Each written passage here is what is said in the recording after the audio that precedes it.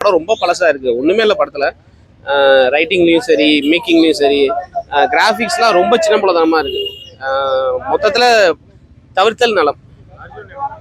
Arjun acting okay, ஜீவால extended cameo மாதிரி தான் வராரு படத்துல. காமெடி இல்லை, எதுவுமே இல்லை. ரொம்ப பழைய ரைட்டிங்கா இருக்கு, பழைய மேக்கிங்கா இருக்கு. மியூசிக் ஓகே தான், எல்லாமே ஓகேவா தான் இருக்கு. புதுசா எதுவுமே இல்லை, ஏற்கனவே பார்த்த படங்களை திருப்பி பார்க்குற மாதிரி தான் இருக்கு. ஆமா, ஃபுல்லாவே லேக் ஆகுது, எங்கேயுமே இன்ட்ரெஸ்டிங்கா இல்லை, ஒரு மாதிரி அப்படியே போகுது. காமெடி இல்லை, எதுவுமே இல்லை. வாய்ப்பு இல்லை, சொல்லலாம் வரல. பழைய ஒரு காமெடி படம் அவ்வளவுதான், ஹாரர் படம். அந்த காலத்து ஹாரர் படத்தை திருப்பி எடுத்த மாதிரி இருக்கு, அவ்வளவுதான்.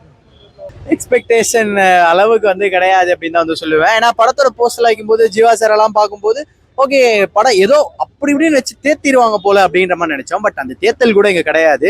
உங்களுக்கு நல்ல காஸ்ட் அண்ட் க்ரூ எல்லாம் இருக்காங்க. யோகி பாபு சாரை எதுக்கு நீங்க கொண்டு வந்து ஃபர்ஸ்ட் ஒரு 5 நிமிஷத்துக்கு யூஸ் பண்ணீங்கன்னு எனக்கு தெரியல.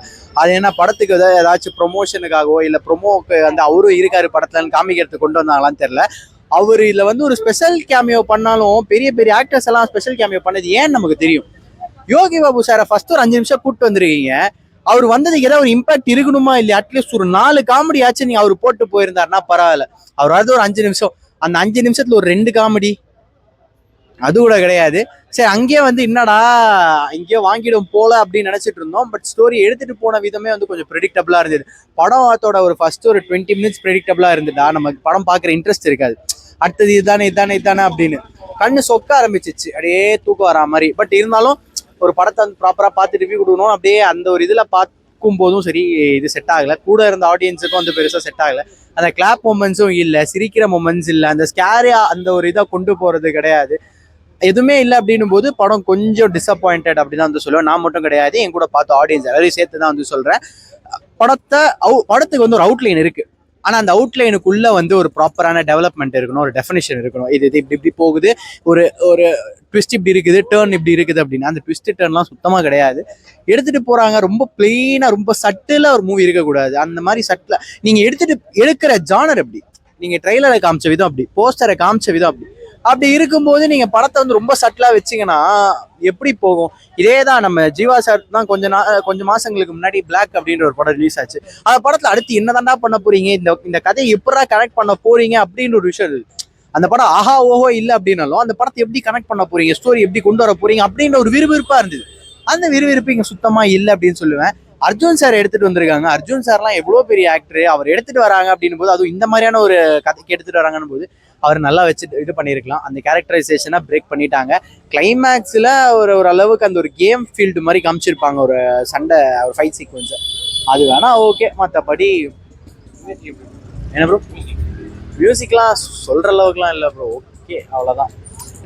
உங்களுக்கு வந்து பிரிட்டிஷ் பீப்புள், பிரெஞ்சு பீப்புள்லாம் உள்ள கொண்டு வந்திருக்காங்க. அவங்கெல்லாம் வச்சு ஏதாவது ஒன்று பண்ணியிருக்கலாம் ப்ரோ. பட் பண்ணாமல் வச்சது ரொம்ப ஒரு மாதிரி இதுவாக இருக்கு.